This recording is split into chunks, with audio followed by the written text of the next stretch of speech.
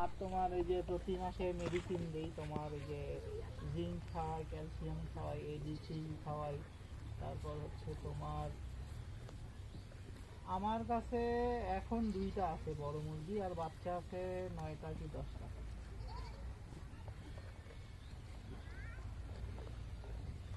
হ্যাঁ, হ্যাঁ, শুকনা। হ্যাঁ, না ফার্মেন্টেড প্রসেসে খাওয়াই, ওটা 1-2টা মুরগি কী করবো, যখন বেশি হবে মুরগি 15টা 20টা তখন ফার্মেন্টেশন করে খাওয়াবো। ও দাদা, স্প্রে করিন নাকবে কেন? ওইটা নহয় তো, এইটা এইটা এইটা এইটা এইটা ওই যে ছোট যেইলা আছে না, বাত্তি কম ওইলা। জান আপনি খাওয়া দাওয়া করি নেন, নাস্তা ভাত খাইছেন? এলা কি করিবেন? কি কাজ? হ্যাঁ, জয়ন্তী। হ্যাঁ, আমি আমি হ্যাঁ, আমি কাকিকে বলছিলাম তো যে কাকি আপনি ভুট্টা ফার্মেন্টেড করে খাওয়াইলে খাবারও কম লাগবে, ওদের গ্রোথও ভালো হবে।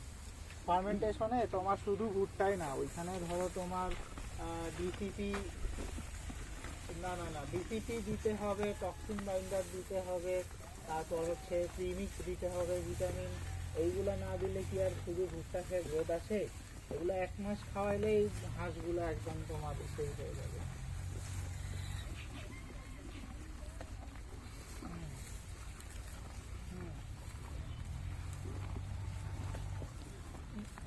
আধা চূর্ণ না, ওইটা তোমার ফার্মেন্টেশন করতে গেলে ওটা তোমার একদম আটা ময়দার মতো করতে হবে, মিহি ভাঙতে হবে।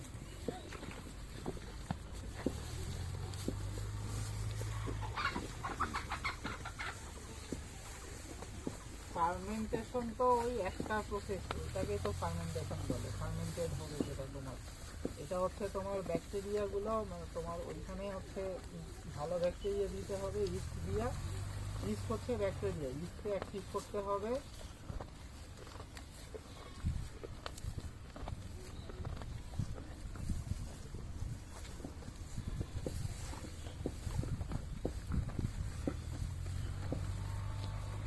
হ্যাঁ, টক টক গন্ধ করবে না ওটা, তখন তোমার অ্যালকালাইন হয়ে যাবে, বুঝছো?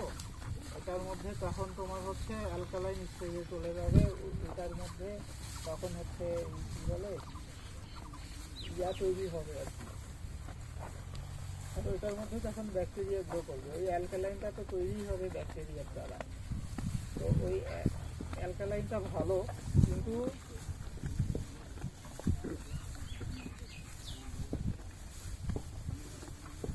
হ্যাঁ, তো ওইটাই হচ্ছে ফার্মেন্টেশন প্রসেস একটাই, বুঝছো? যে জিনিসটা গোটা রাখবা সেটা ফার্মেন্টেড হবে না, পাউডার দিলে তখন হবে।